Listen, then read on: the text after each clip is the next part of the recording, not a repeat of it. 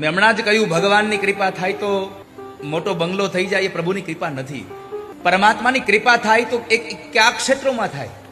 5 ક્ષેત્રોમાં સૌથી પહેલું ક્ષેત્ર છે તમારું શરીર નિરોગી રહે તો સમજવું આ પ્રભુએ કૃપા કરી છે. બીજું, સારા માણસોનો સંગ થાય, સમજવું પ્રભુએ કૃપા કરી છે મારા ઉપર.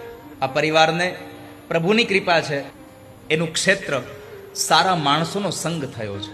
કેટલા સારા માણસોનો સંગ!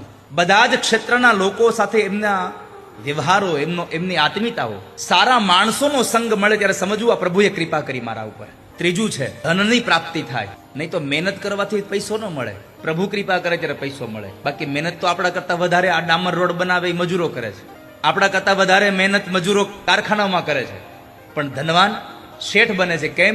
પ્રભુ કૃપા થઈ છે એના પર. શરીર નિરોગી રહે, પ્રભુની કૃપા છે.